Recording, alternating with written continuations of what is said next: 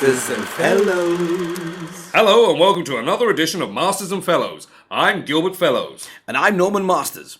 On tonight's show, Sylvester Stallone returns to Vietnam in Rambo, First Blood Part 2. Chuck Norris takes on the local mafia in Code of Silence. And Roger Moore tries to stay steady on his feet in A View to a Kill. First up, Sylvester Stallone returns as John Rambo in Rambo, First Blood Part 2. Rambo is released from prison by the government for a top-secret covert mission to the last place on Earth he'd want to return to. Norwich. It's actually the jungles of Vietnam, Gil. No difference, Norm. This is a hell of an action-packed war film, Gil. It has everything a dumb fool would want in an action movie. I really like Sly's hair in this one, Norm. Now, I'm no Vidal Sassoon, but I know good hairstyle when I see one. And he maintains it so well throughout the movie in some treacherous conditions. One thumb up just for the hair. Here's the trailer.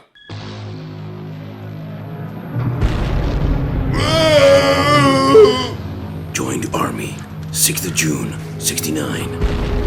Accepted, Special Forces. Helicopter and language qualified.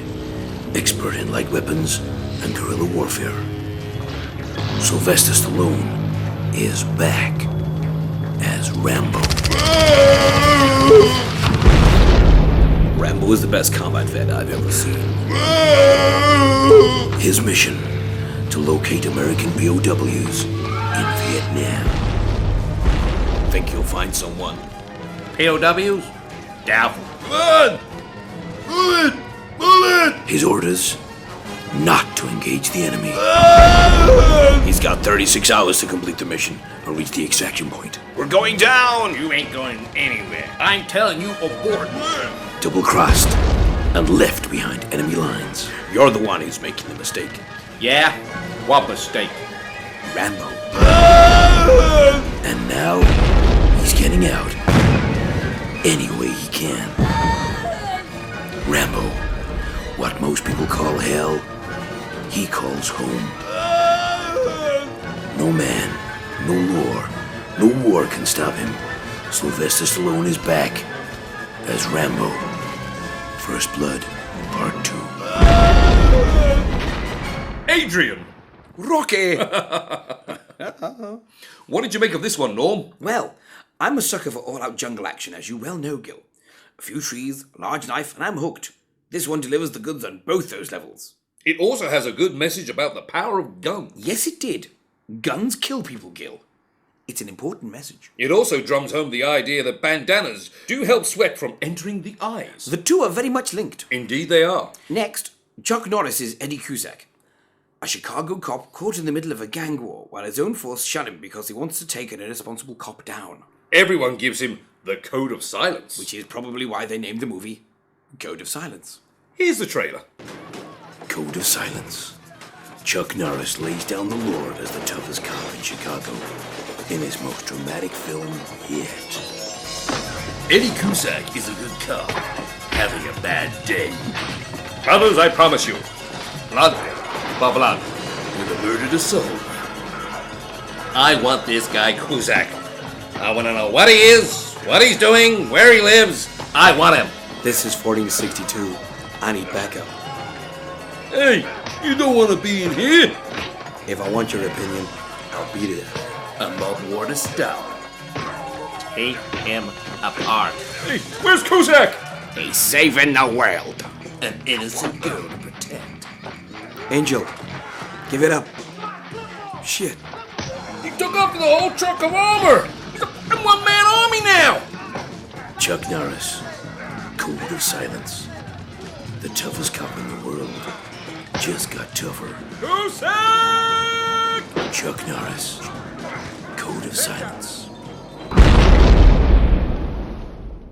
Do you think Chuck would have been better without the beard, Norm?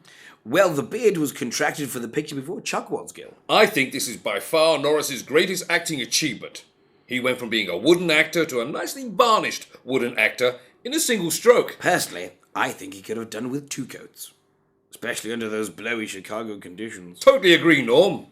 There's a scene where he dives into a river which sort of dours his performance in the second half of the picture. Maybe three coats would have done it.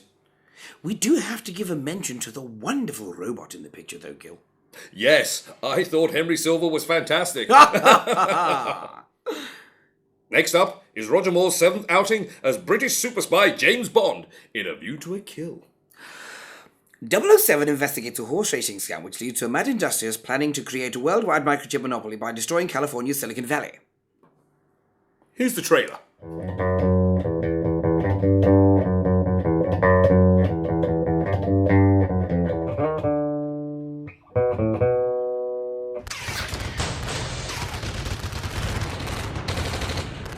This man has a secret ambition.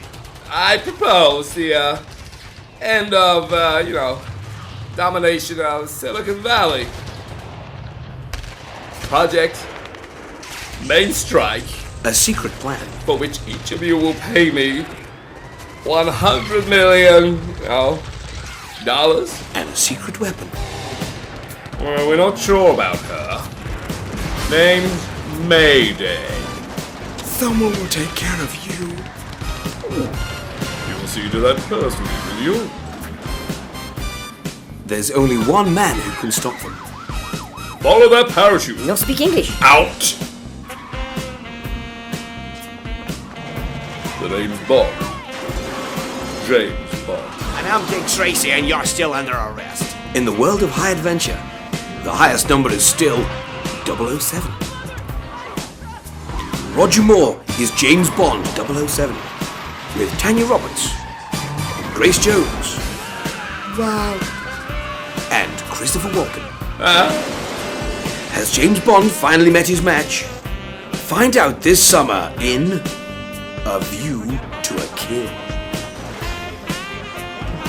Title song performed by Duran Duran.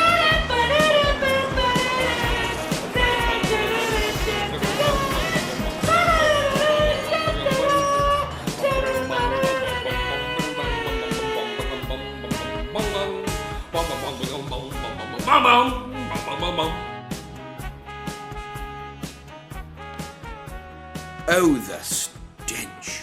Yep. It certainly is a smelly Bond movie, Norm.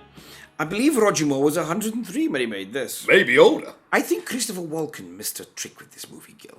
I think he should have tried to destroy the negative of the film, instead of Silicon Valley. That would have been a lovely plot twist. Tanya Roberts could have died in the carnage too. Terribly directed by John Glenn. Yes, but at least he had his NASA work to fall back on. Exactly. How many Bond directors have orbited the Earth? The whole film should have been shunted out into space. Totally agree, Gil. And that song sends shivers down my spine. Maybe Simon Le Bon could have flown the ship into orbit. Probably would have sunk it. Next week, it's June 1989. And we look at Robin Williams in Dead Poets Society. Michael Keaton as Batman. The kid from Karate Kid in Karate Kid Part 3. See you next week. Masters and fellows.